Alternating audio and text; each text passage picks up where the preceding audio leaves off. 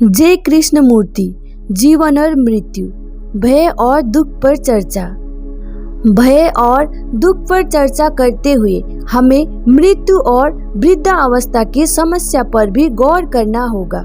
मृत्यु किसी रोग, किसी दुर्घटना या बुढ़ापे व चिंता के कारण हो सकती है। शरीर संरचना के अंत हो जाने का तथ्य तो स्पष्ट है, साथ ही इस शरीर के वृद्धावस्था की ओर अग्रसर होने, बुढ़ापा आने, रुग्ण होने और मर जाने की सच्चाई भी जाहिर ही है। जैसा कि हम देखते हैं कि बुढ़ापा आने के साथ साथ शरीर में तमाम समस्याएं पैदा होती है, कुरूपता आती है। कैसे व्यक्ति अधिक शिथिल, अधिक संवेदनशील होता जाता है। वृद्धावस्था समस्या तब बनती है जब हमें जीना नहीं आता। हो सकता है कि हमने कभी जीवन जिया ही ना हो, हम तो बस संघर्ष, पीड़ा और दंड को जीते रहे हैं। जैसे कि हमारे चेहरे, हमारे शरीर और हमारे रवैये से साफ झलकता है। जब शारीरिक संरचना की उम्र पूरी हो जाती है तो मृत्यु अपरिहार्य है।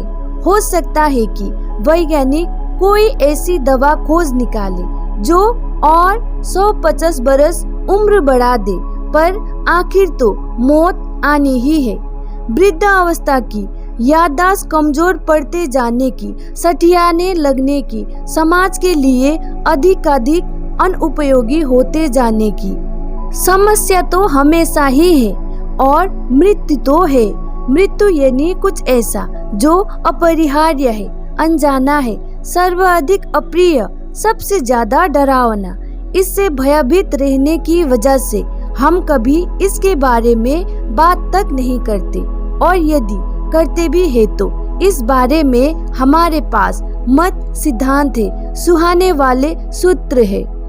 वहाँ चाहे पूरब का पुनर्जन्म हो या पश्चिम का मृत्युत्थान, या फिर बौद्धिक स्तर पर हम मृत्यु को स्वीकार कर लेते हैं और कहने लगते हैं कि इसे तो टाला नहीं जा सकता। और यहाँ भी कि जैसे हर से का अंत होता ही है, मेरा भी होगा। तो कोई तर्कसंगत व्याख्यान हो या कोई सुहाना सूत्र या कोई पलायन, बात एक ही है। लेकिन मृत्यु क्या है? शरीर का अंत होने के अलावा मौत और क्या है?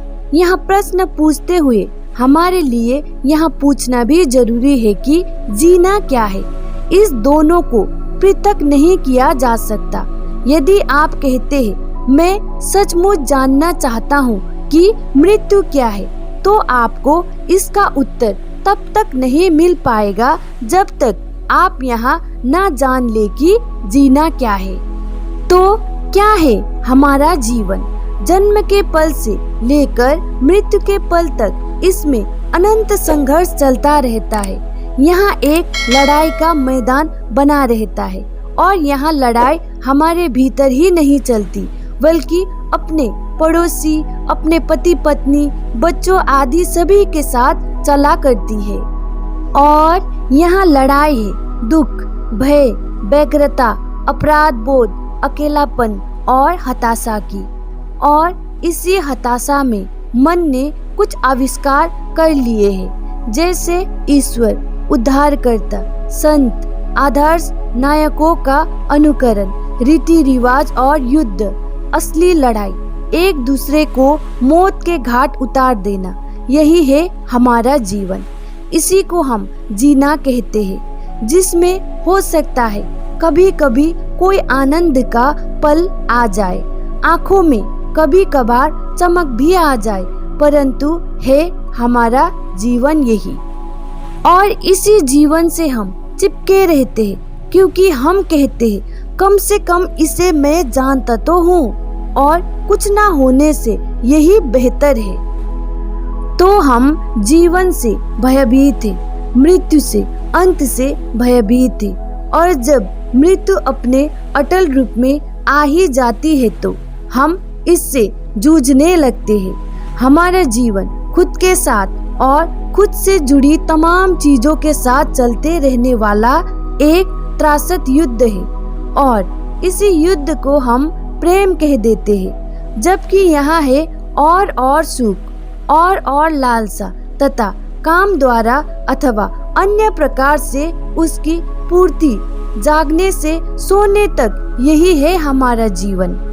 जीना समझे बगैर मृत्यु से निजात की राह तलाशना बेईमानी है। जब हम यहाँ जान लेते हैं कि जीना क्या है, जीना यानी दुखों का अंत, संघर्ष का अंत, जीवन को युद्ध भूमि ना बनने देना, तब मानसिक आंतरिक रूप से हम देख पाते हैं कि मरना ही जीना है। प्रत्येक दिन प्रत्येक चीज के प्रति मर जाना, उस तमाम संचय के प्रति मर जाना जिसे हम बटोरते रहे हैं, ताकि मन हर दिन एकदम नया, कोरा और निर्दोष रहे। इसके लिए विराट अवधान, जबरदस्त तजब्बों की दरकार है, लेकिन यहाँ तब तक संभव नहीं है जब तक दुख का अर्थात भय का, अतएव विचार का अंत ना हो। तब मन पूरी तरह मौन हो जाता है। मंदमूढ़ मन नहीं, ना ही अनुशासन और उस जैसी तमाम तिक्रमों में उलझा हुआ संवेदनाशील मन। उस निश्चल मन के रहते मरना जीवन में ही समाहित है, जिसका तात्पर्य हुआ प्रेम के अभाव में मृत्यु उजागर नहीं होती। प्रेम कोई स्मृति नहीं है। जीवन, प्रेम और मृत्यु साथ साथ चलते हैं, वे एक दूसरे से जुदा नहीं है। अतः जीवन है हर रोज ताजगी में जीना, और वैसे स्पष्टता के लिए, निर्दोषता के लिए मन की उस अवस्था की मृत्यु आवश्यक है, जिसमें हमेशा वहाँ केंद्र, वहाँ मैं बना रहता है। प्रेम नहीं है तो सद्गुण नहीं है, प्रेम नहीं है तो शांति नहीं है, ना ही कोई संबंध है। और मन के लिए वही एक आधार है जहाँ से वहाँ उस आयाम की अमापनीय गहराई में बैठ सकता है, जहाँ केवल सत्य विद्यमान है।